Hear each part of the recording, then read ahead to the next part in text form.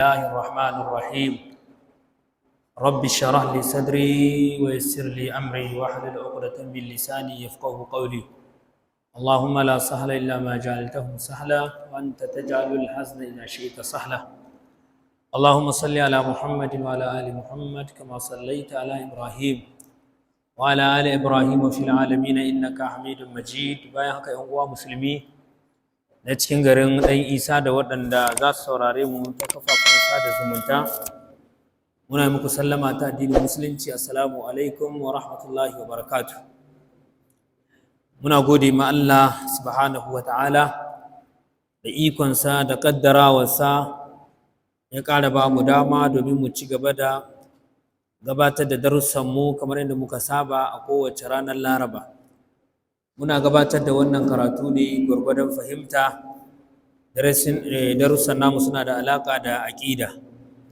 to da yake majalisin namu majalisin zikiri wal irshad ne kenan akwai ababuwan da suna iya bujirowa kai tsaye wanda mu yi amfani da damar kuma mu tunatar da juna insha Allah wannan ya sa muka ga lokacin da muke ciki a yanzu lokaci ne da watan zulhijja ke dab da kamawa muna dab da fadawa cikin kwanakin wata na zulhijja wanda waɗannan kwanaki suna da nasu hukunce-hukunce na musamman da Allah maɗaukakin sarki ya rataya da waɗannan kwanuka don haka yana da kyau mu tunatar da junanmu muna fatan Allah subhanahu wata'ala ya mana muwafaqa karanta daidai da kuma fassara daidai Allah shi taimake mu da yin aiki da daidai Allah shi maɗaukakin sarki ya kare mu daga talaɓafiya ko zamiya Allah ya sanya albarka a cikin wannan zama namu Allah maɗaukakin sarki ya gafarta mana zunubanmu Allah ya gafarta mu iyayenmu zunubansu da malumanmu da surukanmu Allah shi musu gafara ƴaƴanmu Allah ka sanya musu albarka Allah ka sauƙaƙe mana ci da sha Allah ka ba mu lafiya da zama lafiya Allah maɗaukakin sarki ka karɓa mana dukkanin bukatunmu na alkhairi ka biya mana waɗanda suke bara addu'o'i Allah ka san bukatunsu Allah ka biya mu kowa bukatunsa na alkhairi kamar yadda muka faɗa waɗannan kwanaki da muke dab da shiga cikinsu kwanakin wata na ainihin zulhijja to su ne darasin namu zai tattauna a kansu Allah maɗaukakin sarki a cikin suratul tauba Allah yana cewa inna iddatash shuhuri inda Allahi 12 shahran fi kitabillah يوم خلق السماوات والأرض منها 4 حرم ذلك الدين القيم فلا تظلموا فيهن أنفسكم وقاتلوا المشركين كافة كما يقاتلونكم كافة الله مدوكاكين سركي يتي إن عدة الشهور عند الله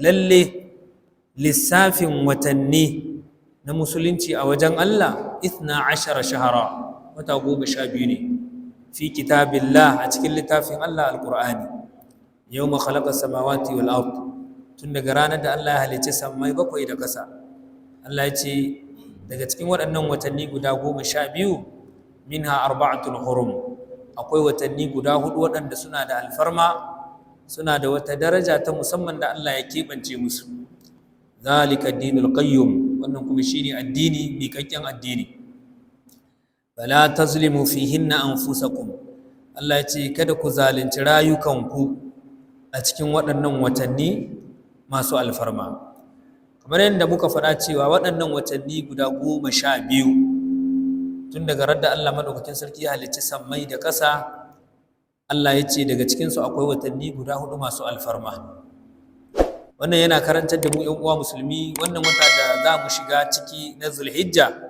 yana daga cikin watanni masu alfarma wanda Allah maɗaukakin sarki ya keɓe waɗannan watanni da wata daraja fifikon daraja ta musamman akan ragowar watanni din to anan abin da zamu fahimta yan uwa musulmi Allah madaukakin sarki bai gaya mana sunan waɗannan watannin a cikin alkur'ani ba wata 12 da muke lissafi rani ko damuna ko mu sanya bikin aure ko balaguro ko aikin hajin da ake yi dukkaninsu alkur'ani bai zo da sunayen watanni ƙarara ba sai wata guda wannan wata ne watan Ramadan shi kadai ne alqur'ani yazo da shi to anan abinda zamu ƙara fahimta ƴan uwa musulmi dan qalaqato shine dan qur'ani zalla ko yace bai yarda da kowane hadisi ba sai alqur'ani kada ya yarda da shi, amma kuma ya yarda da watan zulhijja, har ma yana kiran shi da zulhijja. Ya yarda da sauran watannin musulunci din kuma yana kira. To a ina aka samu waɗannan sunayen? A ina aka samu su? Kaga kenan ƙaryata hadisi ƙarya ce a zahiri, amma a baɗini suna aiki da hadisi din. To kaga kenan a waɗannan watanni ga baki ɗayansu, na farko akwai al-muharram, akwai watan safar, akwai rabi'ul awwal, akwai rabi'ul thani, akwai jumadal ula, akwai jumadal akhira, akwai watan rajab, akwai sha'ban, sai ramadan shi kadai ne yazo a cikin alqur'ani, sai shawwal, sai zulqa'ada da muke cikin sa a yanzu muna dabban kwana da shi, sannan na ƙarshen shine watan zulhijja, watan gobe. To a cikin alqur'ani babu su. To kaga wanda zai ce bai yarda da qur'ani, bai yarda da hadisi ba sai alqur'ani, wanda zai nuna maka bankaura mutum yake kuma bin san zuciya ne yake. Dan haka wajibi ne mu yarda da hadisin manzon Allah sallallahu alaihi wasallam ma damar hadisi ya inganta. To dan haka wannan wata na zulhijja ya ku ƴan uwa musulmai, ko waɗannan kwanaki da za su shiga na watan zulhijja, kwanaki ne masu alfarma wanda Allah ya yi rantsuwa da su. Allah yana cewa wal fajr wa layalin ashir. Hadisi an samu asar daga Abdullahi dan Abbas da Malam Mujahid da Qatada da waɗansu daga cikin malaman tafsiri suka ce annahl ashrul awwal min zulhijja, ana da Allah ya ce wa layalin ashir, Allah ya ce wal fajr, na rantsi da ketowa alfijir, sai Allah ya ce wa layalin ashir, kuma ina rantsuwa da kwanaki 10 da darere 10. Ina fata muna da kwanaki 10. Wa layalin ashir, ina rantsuwa da kwanaki 10 inji Allah.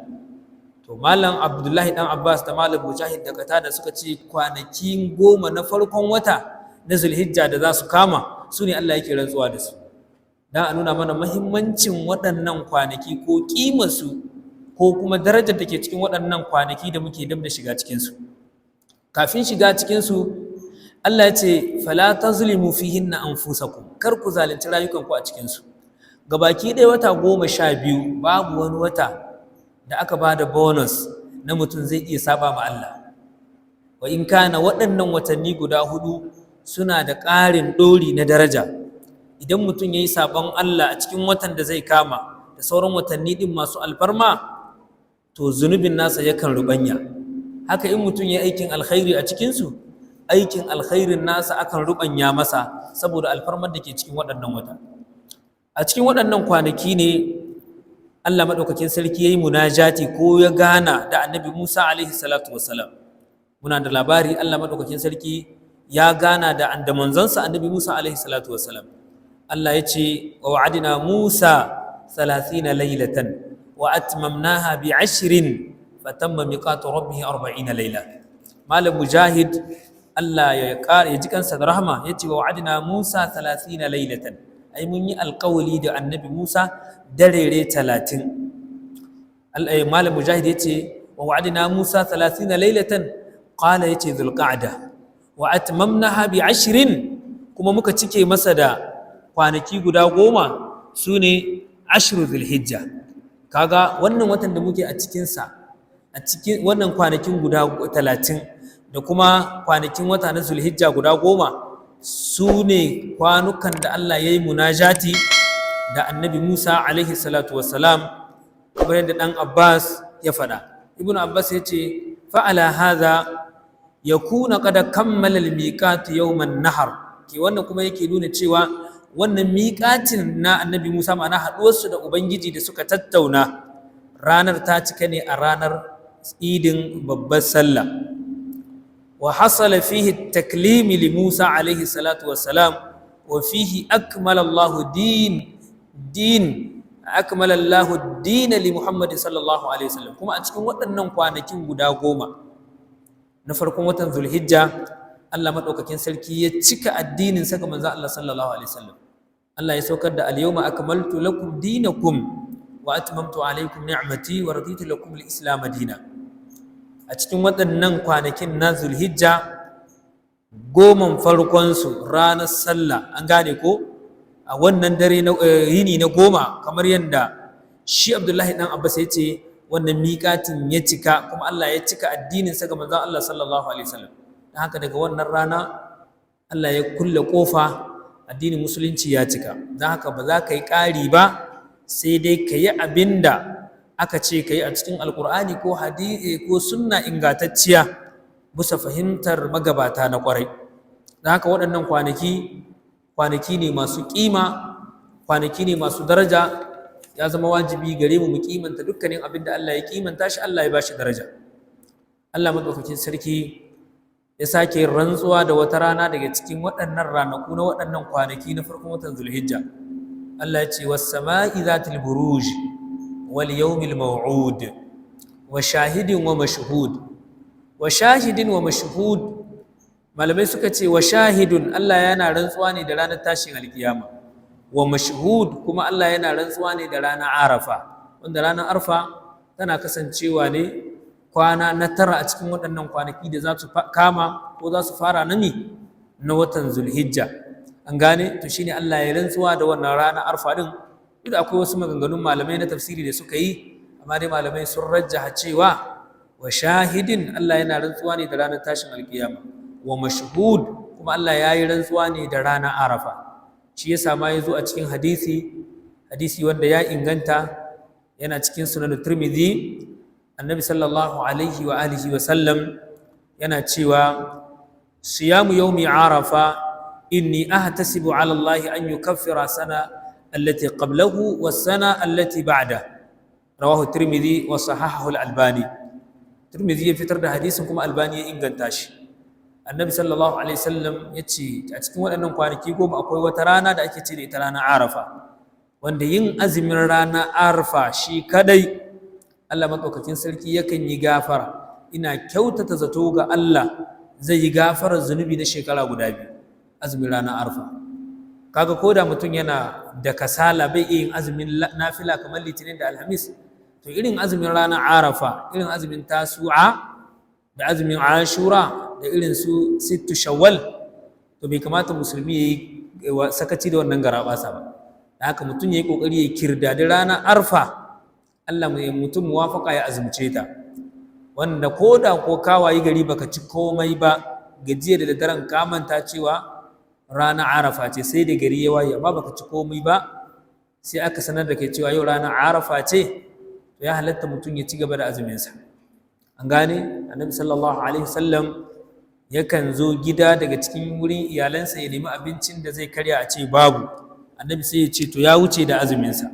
Da wanda malamai suke ganin cewa azumin nafila, gari ya waye har karfe 11 mutum bai ci abinci ba, ko karfe 2 ba abin da ya ci, kuma ya ji ma zai iya ma wucewa da azumi saboda akwai yanayi mai kyau, to mutum yana iya kudure niyya daga wannan lokacin ya yi da wunin, kuma Allah zai ba shi ladan ya yi azumi na nafila.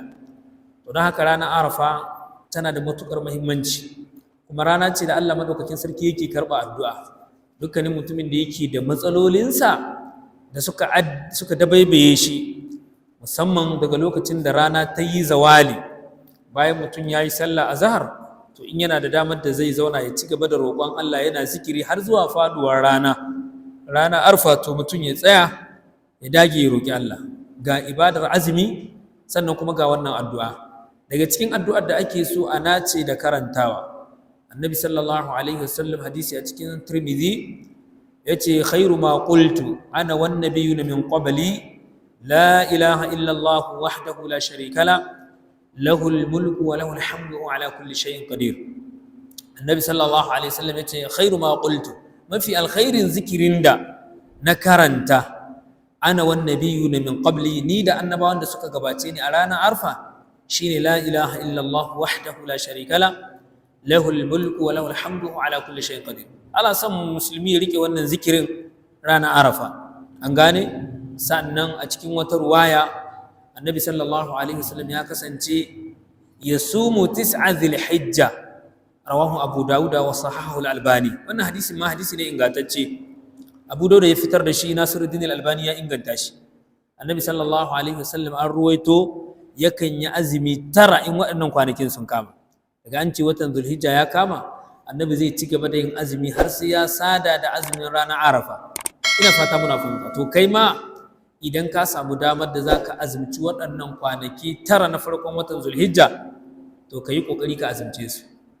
mun dai sani cewa lahira tana buƙatar guzuri ko lahira tana buƙatar mutum ya yi mata tanadi, don haka duk lokacin da wata ƙofa ta zo da ake samun alkhairai to mutum ya yi ƙoƙari ya shiga cikin wannan ayyukan alkhairai ɗin. Ba komai bane dama jinkirin da ake roƙo ya zamanto jinkirin alkhairi. Idan mutum ya mutu da safe kai sai ka mutu bayan sallar isha'i to ka samu wani guzurin da shi bai samu ba, inda Allah ya ma muwafaqa kayi azhar ta ranar, kayi la'asar a ranar, kayi magariba, kayi isha'i, shi bai samu wannan ba. Kaga kai yanzu ka samu wani guzurin da kuma ka shiga gaban shi. Ina fata muna fahimta, Allah ya saka da alkhairi.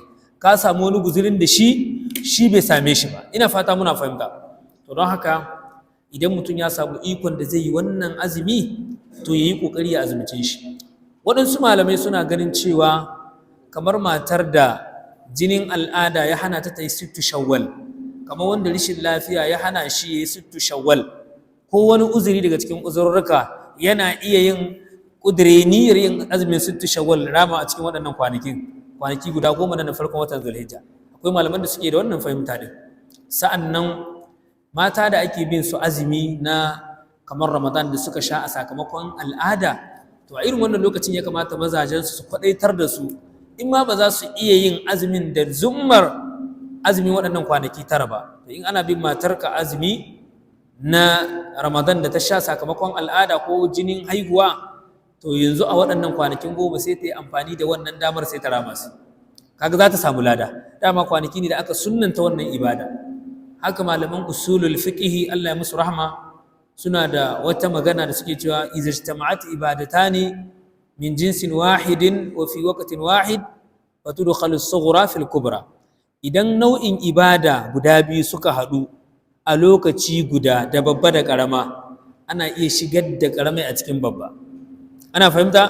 Kamar misali ranar juma'a ne mutum ya tashi da janaba, kaga ga wanka biyu sun haɗu ko, ga wankan janaba ga kuma wankan juma'a. Wankan janaba wajibi ne, wankan juma'a wajibi ne amma na mustahabbanci. In mutum yayi yana da ladansa, in bai yi ba bai samu ladan shi ba ko. To yanzu tunda sun haɗu kalar wankan iri ɗaya ne, ko mace janaba ta same ta, ta yunkura ta je ta yi wanka sai al'ada ya zo mata. Kaga tunda al'ada ya zo ko da ta yi wanka ba za ta yi sallah ba. Sai wasu malamai suka ce ta iya ta je ta yi wankan na janaban kuma in al'adan ya tsaya kuma ta je ta yi wankansa. Wasu kuma suka ce a'a, tana iya jinkirtawa har al'adan ya ɗauke sai ta je ta yi wanka guda da niyya biyu. Shine ake cewa ajehi tsuntsu biyu da dutse guda ko. Suka ce idan ibada biyu suka haɗu da babba da ƙarama iri ɗaya, suka ce kai ma Allah zai baka lada.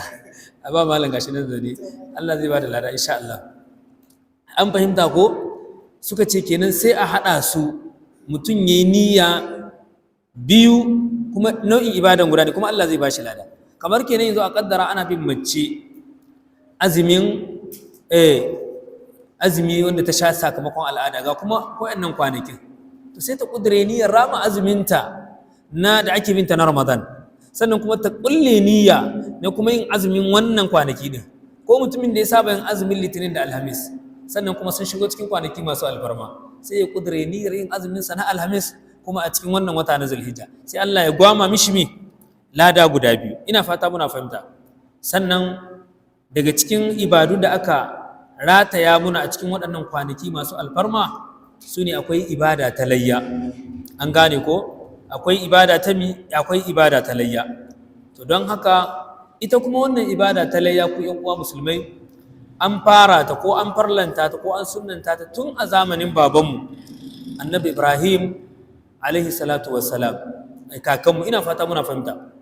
Allah ya faɗa a cikin suratul Safat, Allah yana ba da labari tun daga aya ta 99, rabbi habli minas salihin fabashsharnahu bi ghulamin halim falamma balagha ma'ahu as-sa'ya qala ya bunayya inni ara fil manami anni azbahuka fanzur madha tara qala ya abati if'al ma tumar satajidni insha Allah minas sabirin falamma aslama da uban kenan وتله للجبين وناديناه أن يا إبراهيم قد صدقت رؤيا إنا كذلك نجزي المحسنين إن هذا لهو البلاء المبين lahu al-bala'ul mubin wa fadainahu bi dhibhin 'azim. Anan a takeice abinda Allah madaukakin sarki yake ba mu labari, annabi Ibrahim ne yayi mafarki yana yanka ɗansa annabi Isma'il, wasu suka ce annabi Yaqub. Sai annabi Ibrahim ya ce, ya bunayya, ya kai ɗana, inni ara fil manami anni azbahuka fanzur ma za tara. Ni fa nayi mafarki, a cikin mafarki na naga ina yanka ka, dan haka me kake gani da? Shi kuma mafarkin annabawa gaskiya ne. To ga ɗa da uba ya ce yayi mafarkin yana yanka ɗansa, sannan yake tambayar ɗan me yake gani.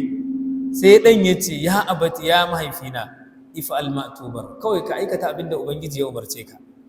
Satajidini insha Allah min as-sabiri, da sannu zaka same ni cikin masu hakuri da kaddarar Allah. Ina fata muna fahimta. Falamma aslama, yayin da suka sallama, shi annabi Ibrahim ya yarda ya yanka dan, shi ma dan ya yarda a yanka shi. Ina fata muna fahimta. La ilaha illallah. Kaga wannan shine da mai biyayya kenan. Amma yanzu kai babanka in yi sai da gonarka sai masifa. Haka ne? Idan babanka ya sai da akuyarka sai bala'i. To shi yanzu mafarki yayi yana yanka dan, yace ya kake gani? Yace baba kawai yanke ni, in Allah ya yarda zan maka garrama. To haka ake son ɗa na ƙwarai, ɗan kirki kenan, wanda zai share ma uwayensa hawaye, ba wanda zai sa iyayensa kuka ba. Duk abin da ka mallaka, idan babanka yana cikin kunci ya zo ya ɗauka, to kawai ka ba abun baya. Ina fata muna fahimta. Da kai da babanka, da kai da duk abin da ka mallaka, babanka ya mallake ku. Anta wa malika li abika, ko da kai da kuɗinka da dukiyarka duka baban yana da iko. Ai ta sanadiyar shi ka zo. Ka san yadda ya samu aure a wurin mahaifiyar mutum, ya aka aure mahaifiyarsa, ai mutum bai sani ba. Ya aka ciyar da mutum har ya kawo haka, mutum bai sani ba. To dan haka ɗa na gari shine wanda bai jayayya da iyayensa cikin abin da babu sabon Allah. In abu ba sabon Allah bane, to haramun ne mutum ya garrama ma mahaifinsa. Amma in sabon Allah ne, iyaye suka ce su sa ɗa yayi, to ba zai yi ba, amma kuma ba zai musu garrama ba, sai dai ya musu da barbaru ya samu ya yi ta. Ina fata muna fahimta, saboda girmansu da kuma matsayinsu. To don haka sai shi uban ya yarda ya yanka ɗan shi. Ka duba soyayya ta ɗawa da uba, shi kuma ɗan ya yarda shi ma a yanka shi. To Allah maɗaukakin sarki sai ya ce wa fadainahu bi zibhin azim. To Allah maɗaukakin sarki sai ya fanshi annabin Allah, annabi Isma'il. Allah maɗaukakin sarki sai ya kawo ragon da za a yanka. Malamai suka ce in ba da Allah ya kaddar haka ba, da mutane su za a yi ta yankewa da sai dai a cikin gida sai a duba wani tikakke misali, wanda kosashe wanda za a samu wadataccen nama, ko sai a gagire shi kawai duk shekara. Kaga ko da an yi balaguro, da wannan watan na kama mutane sai a dinga balaguro, ko kan babansu ya yanke shi. Ina fata muna fahimta. Allah ya sa mu dace. To don haka 'yan uwa musulmi, an rataye wannan ibada ta layya a cikin waɗannan kwanaki masu alfarma saboda girma da Allah madaukakin sarki ya kaddara gare su. To daga cikin hukuncen waɗannan kwanakin, annabi sallallahu alaihi wasallam, hadisi yana cikin sahihu Muslim, yace idza ra'aytumul hilala fil dhilhijja, idza ra'aytum hilala dhilhijja wa arada ahadukum an yudhi falyumsik an sha'rihi wa adfari. Idan ɗaya daga cikin ku, namiji ko mace, yana son yayi layya, to kwanakin 10 suna kamawa, an haramta yayi aski, an haramta ya yanke akaifa. In mace ce, an haramta ta yi kitso, an haramta a hidda gashin hamata ko gashin karkashin cibiya. Dukkanin wani gashi an hana shi, saboda in ka cire shi kamar ka rage makanka lada. Haka ita dabbar ba za ka wanke ta ba, kuskure ne wanke dabbar layya. Wani za ka kawai yana wankewa, gashin duk da ya zube kai asarar lada. Ka barta da dattinta kawai, ka je ka yanka, ka nemi yardan Allah. Ina fata muna fahimta. Yanda aka hana ka cire komai, to ita haka aka hana a yi mata wanka, don za a zubar da gashi mai yawa a cikin jikinta. Don haka kenan, wanda Allah ya kaddara zai yi layya, jama'a, a cikin kwanaki 4 ko 5 da suka yi saura, in kana buƙatar aski ka je kai, in kana buƙatar yanke akaifa ka je kai. Sai abin da aka yi uzuri a kansa, kamar mutum ya ji ciwo wanda dole sai an aske wajen a iya sa magani, ko wata fata, wani abu ya karce mutum, fata ta tashi, kaga dole mutum, to wannan duka uzuri ne. Amma in ba wannan ba, to an hana mutum ya yanke. Sannan hukuncin yana rataya ne ga wanda zai yi layya. Kamar yanzu mutum ne zai yi layya da shi da iyalinsa, to shi ne hukuncin ya hau kansa. amma matarka tana iya yin kitso, tana iya yin aski misali, tana iya yanke farce, ƴaƴanka duka suna iya su yi. Amma in su ma za su yi layyar, to a cikin waɗannan kwanaki 10 sai a gaggauta, a cikin waɗannan kwanaki dab da waɗancan su shiga kwanaki 10 sai a gabatar da waɗannan ababuwa don mutum ladarsa ta ƙaru. Ina fata muna fahimta. Sa'annan a cikin waɗannan kwanaki guda 10 ƴan uwa musulmi ke da wani rukuni daga cikin rukunai guda 5 shine aikin haji ko a cikin waɗannan kwanaki masu kamawa ake gabatar da wannan ibada ta aikin haji. Alhajj wal umra an abi hurairah radiyallahu anhu qala rasulullahi sallallahu alaihi wasallam alhajj al mabrur laysa lahu jazaa'un illa al janna. Al hadith rawahu Ahmad. Annabi sallallahu alaihi wasallam yace wanda da yayi hajjul mabrur, hajji kubutatta, ba batsa, ba fasikanci, ba saban Allah, ba ganganci, ba fitina, kuma ya nemi ilimi kafin ya tafi, kuma yana bincikar malamai duk abinda shari'a ta ce a yi da kuma abinda ta ce a hana, ma'ana yana bari gwargwadon hali, to ba shi da sakamako sai gidan aljanna. Ina fata muna fahimta. Kaga wannan hogara basa ce jama'a. Dan haka duk wanda Allah ya mishi muwafaka ya biya kuɗi, zai iya biyan kuɗi ya je Makka, to ya kamata ya nemi ilimi kafin ya je. Ya kamata ya nemi ilimi. Abin mamaki mun sha da duk shekara sai mun yi darussa akan abin da ya shafi mahajjata. Ai ta gayyata mutane mahajjata sai a zo a yi darasin aikin haji. Bai wuce mutum biyu ba, kuma wanda ba za su je hajjin bane ke, wanda suka za su je hajji ma su ba su da darussan ba. Kaga ya kamata a ce mutane, abin da yake bani mamaki gaba da mutane musamman na garinmu, yanzu kaga Allah na tuwa ba mu wuce mu 6 ko mu 7 ba, kuma galibi mutumin haifaffen cikin garin mutum ne, bai wuce mutum 1 ba ko 2 anan, duk baki ne. Amma abin mamaki wallahi daga wasu uwa duniya, kun ga yadda muke yada karatun, mutane suna bibiyar karatu a duniya. Yanzu akwai wani karatu da na dora a TikTok, kafin ka ce me mutum 10,000 ya bi karatun, mutum 10,000 jama'a suna kasashe mabambanta a duniya. To don haka ashe yana da kyau duk irin lokacin da ake karatuka na addini musulmai su dinga matsanta suna saurari don su fa'idantu. Ina fata muna gane. Sannan kuma hujja ce ga mutum ranar kiyama. Mutum bai zuwa yanzu kamar garin dan Isa, baka zuwa ka ce ma Allah baka sani ba. A mutum ya san kashi kawai zai sha. Da kullun dai malaman ahli sunna Allah ya saka musu da alkhairi, ana ta kokarin fadakar da mutane. Ina fata muna fahimta. Allah ya sa mu dace.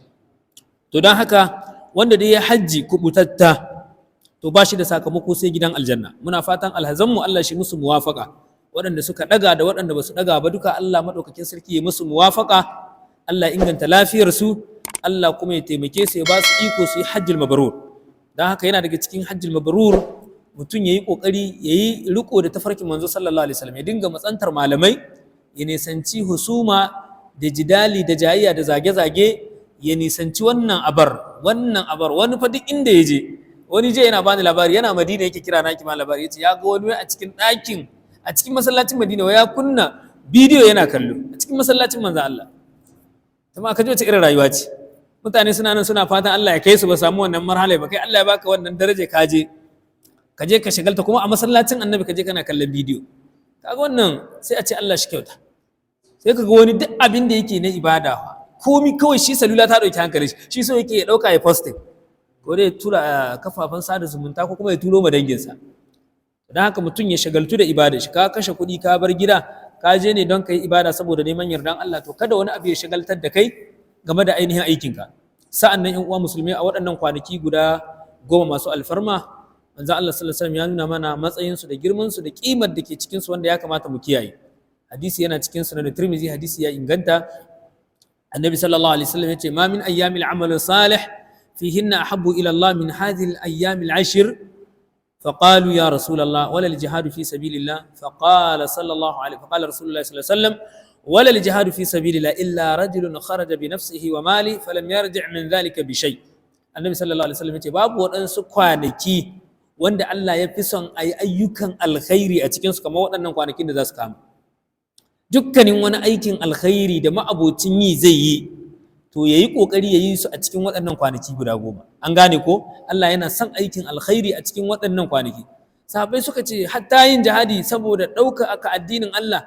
Annabi sallallahu alaihi wasallam ya ce hatta jihadi saboda ɗaukaka kalmar Allah, sai dai mutumin da ya bar gida ya fita da ransa kuma ya tafi da dukiyarsa, ya rabar da dukiyar wajen taimakon addini, sannan kuma yayi shahada, to shine kadai yafi mutumin da zai yi ibada a cikin waɗannan kwanaki. Kaga wannan fadin rahama ne na Allah. Wanda ya tafi hajji an ce in ya je yayi aikin hajjin irin yanda sunna ta karantar ba fasikanci ba shi da sakamako sai aljanna. To kai kuma sai aka ce babu wanda zai fika wani aiki in ba wanda ya fita jihadi ba, dukiyar da ran duka suka kare. Kaga ana nuna mana kenan duka yanda su ma suka samu rahamar, mu ma in muka bi Allah a cikin kwanakin mu ma za mu samu rahamar Allah subhanahu wataala. Kenan masu kuɗi su yi kokari a irin wannan watan da zai kamawa su ciyar da bayin Allah, a taimaka ma bayin Allah musamman waɗanda suke kwance a gadajen asibiti. Ina fata muna fahimta, da masu ɗan ƙaramin ƙarfi, da marasa lafiya, da masu rauni, a ta taimaka musu. Ina fata muna ganewa, da waɗanda suke da iyali. Yanzu wani kana iya samu yana da 'ya'ya sun kai 30, wani 20, ba shi da abin da zai yanka na layya. To irin wannan kawai ka sai rago 100 a matsayinka na mawadaci, ka bi duk irin waɗannan bayan Allah nagartattun mutane wanda ba su da shi, ka raba musu su ma su yanka ma 'ya'yansu. Ina fata muna fahimta. To wannan aiki ne mai kyau wallahi. Duk wanda ya samu damar da zai wannan yayi kokari yayi jama'a. Ita lahira ta na dini ake mata. Ina fata muna fahimta. To don haka azumi ne, sadaka ne, karatun alqur'ani, zikiri, salatin annabi sallallahu alaihi wasallam, to ana son a yawaita a cikin waɗannan kwanaki guda 10 masu zuwa. A cikin waɗannan kwanaki ƴan uwa musulmai, ita wannan ibada ta layya aka wajabta mana ita. Annabi sallallahu alaihi wa sallam, hadisi ne hasan, annabi yace man kana lahu si'atun wa lam yudahhi fala yaqrabanna musallana.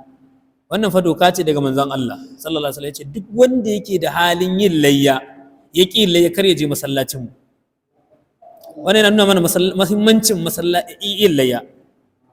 Wallahi jama'a yanzu a garin nan dai kaso 7 cikin 10 in ba su yi layya ba kan ai ka san ba su yi daidai ba, saboda dai kusan yanzu musamman matasan garin nan duka sun fi karfin abin da za su yanka na layya. Wani za ka ga yanzu yana riƙe wayan miliyan 2 fa, miliyan 1.5, jika 500, 500,000, kenan ya kamata mutum ya yi layya. Ina fata muna fahimta. Kaga duk wanda ke da wayar 200,000 bai yi layya ba to ya saba ma Allah. Duk wanda ke da wayar 200,000 bai yi layya ba ya saba ma Allah. Tunda kana iya sayar da ita ka sai ta 100,000 ka sai dabbar 100,000. Haka ne? Dabbar 100,000 za ta yi layya. To kaga duk saurayi ko budurwar da ya mallaki wayar 100,000 bai yi layya ba to Allah yana jiransa. Daga cikin waɗanda ba sa yin layya akwai mata na masu kuɗi. Suna da kuɗin amma ba sa yi. Kuma annabi ya ce duk wanda yake da hali bai yi ba ya saba ma Allah. Kenan yanzu mace tana da kuɗi ko da mijinta zai yi to ita ma ta yi. An gane? Matashi, saurayi, budurwa duka su yi layya, wanda bai yi ba to ya yi laifi. Sa'an nan a ƙarƙashin wannan ‘yan uwa musulmai akwai wata al'ada da ta addabi mutane. Ko jiya wata mata ta kira ni ba ma san wannan al'ada ba ta uku, sai da wata mata ta kira ni take min tambaya. Nan dai al'adun da muke a ce kai yanzu wanda bai taɓa yin layya ba saurayi a ce ba zai ba sai ya ma babansa, sannan sai ya ma mahaifiyarsa, sannan shekara ta gaba shi kuma yayi. To ita mata sai ta kira ni take cewa an ce wanda bai taɓa yin layya ba zai fara yi ba sai ya fara yi ma mahaifin shi, sannan kuma wata shekara ya mahaifiyarsa, shekara ta gaba ya yi ma mijinsa, sannan shekara ta gaba yi. Na ce wannan ba gaskiya ba ne, wannan ba daidai ba ne. Ina fata muna fahimta. Su iyaye Allah ya ce ai musu biyayya, wa bil walidaini ihsana. Yana daga cikin biyayya ga iyaye kai musu layya in kana da hali. Ina fata muna fahimta. Amma mu sani cewa shi hukuncin musulunci yana rataya ne ga wanda Allah ya bashi. Kamar yanzu aikin haji nan duk kamar dai ni misali, bari in yi misali da kaina. In yanzu Allah ya karɓi rayuwata, Allah ba zai tambaye ni ba don mi ban yi aikin haji ba, saboda ba ni da hali. Amma yanzu da Allah ya bani hali, to in ban yi aikin hajin ba, to Allah zai tambaye ni akan shi. Ina fata muna fahimta. To don haka layya in mutum ba shi da hali bai ba, Allah ba zai tambaye shi ba. Kenan kai da Allah ya ba dama kai za ka yi. In kana da damar da za ka sai rago 3, naka na babanka na mamaka sai kai. Malamai suka ce in ba ka da hali to sai ka sai dabbar wurin yanka. In anan za ka yanka, in can wajen iyayen za ka aika, sai ka ce a yanka dabbar da sunanka, sannan naman sai a ba mahaifanka. Duka kun haɗu cikin ladan. An yanka da sunanka amma naman su kuma a bar matsofaffin. Muna zuwa in dai ba sauri ake ba insha Allah. An gane? Sai mutum ya yanka dabbar da sunansa, naman sai ya ba mahaifansa. Ina fata muna fahimta. Haka ake yi, amma ba za ka ce kai ba za ka yi ba sai dai mahaifanka sai. Kamar aikin haji a ce mutum ba zai je ba sai baban shi, sai ya fara kai baban shi. Wannan ma ba karatu bane ba. Ba zai je ba sai ya kai mahaifin shi. An kana da halin da za ku tai tare ku tai. in baka da hali je, in ka dawo, ko in baka da lafiya ko kana da wani uzuri wanda ba za ka samu damar zuwa ba, to biya ma babanka ya je. Amma in dai lafiya kalau kake ba wani uzuri, to ka je ka dawo. In ka dawo shekara ta sai ka kai mahaifinka, shekara ta gaba sai ka kai mahaifiyarka. Ina fata muna fahimta, wannan shine. To don haka yan uwa musulmi, kenan mutum zai yi layyan ne da sunansa, sai ya yi mi, sai ya ba mahaifan nasa dabba din, su kuma naman su kuma su raba mu bayin Allah, duka sai Allah ya haɗa ku a cikin lada. Abu na gaba kafin mu je bisa maganar ka, daga cikin dabbobin da ya halatta a yi layya da su bisa zance mafi inganci, su ne kalar dabbobi guda 4. Akwai, in aka ce alghanam, sun shiga ciki awakai da ma'ana tinkiya da rago, akuya da ɗan akuya. Kenan sa da sanuwa, raƙumi da raƙuma, waɗannan dabbobin su ne ake yi layya da su bisa zance mafi inganci. Ko da kaji wani ya ce ana yi da kaza, na taɓa jin wata fatawa a iya yi da kaza. An gane ko wannan shagali ne. Amma dai abinda shari'a ta ce waɗannan ababuwa guda 4 su ne ake yin layya da su. Ina fata muna fahimta. Don haka abinda kuma ake so ga mai layya jama'a, mutum ya yi abin shi don Allah. Idan akuya ka yi ƙarhi, karka jin wani damuwa. Wani sai ya ga cewa shi yanzu in ba rago yanka ba, kamar ma za a gama kamar kasa wasa ko kaza ko kaza. Allah ne ya ce a yanka rago, shi ya ce a yanka akuya. Abinda Allah ya baka, musamman ma yanzu kana iya siyan akuya ta 200,000 wanda tana iya kankan da rabon 300,000 wajen nama. Ina fata muna fahimta. To kenan tun da shari'a ta yarda a iya yi da akuya ko ɗan akuya, haka suna a iya yi da akuya ko ɗan akuya. Abinda da ka fi ƙarfi kawai ka je kai, ba ruwanka da cece kucin mutane. Kuma mutum ya yi abin shi don Allah. Ina fata muna gane, ragonka in ya kai miliyan 10, Allah ba naman yake so ba, ba jinin yake so ba, kawai dai kai don Allah. Ina fata muna fahimta. To don haka waɗannan dabbobi su ne aka yi ra'ayi ibada ta layya da su. Don haka abin da ya shafi rago, malamai suna ganin in ya kai wata 6 ya isa a yi layya da shi. Amma tinkiya ta kai shekara guda, ɗan akuya ko akuya su kai shekara guda, su shiga ko da wata ɗaya, kai ko da kwana 1 ne a shekara suka ɗora, to a yi layya da su. Sanuwa ta yi shekara 2, ta shiga shekara ta 3 ko da kwana guda ne. An gane. Sa'an nan raƙumi ya yi shekara 5, ko raƙuma su shiga shekara ta 6 da kwana 1 ko da wata 1. To wannan duka sun halatta a yi layya da su. Ina fata muna fahimta. Sannan abu na tambayar alhaji gashi nan ta zo, rago ko tunkiya ko akuya ko ɗan akuya, kai da iyalinka in kun kai ku 20, matanka 4 misali da 'ya'ya 20, to wannan ragon in shi kaɗai ka fi ƙarfi ya halatta ka yi niyya kai da iyalinka ga baki ɗaya. An fahimta. Amma yanzu da kai da ƙaninka ko da amininka ku sai rago, a nama kuka yanka ba layya kuka yi ba. An gane. Amma kai da iyalinka ko ku nawa ne, to za ka yi layya ka sa kai da iyalinka ga baki ɗaya, rago ko tunkiya ko ɗan akuya. An fahimci wannan. Amma sanuwa, an yarda mutum 7 suna iya haɗa kuɗi su sai sanuwa. Sanuwa su yi niyyar layya.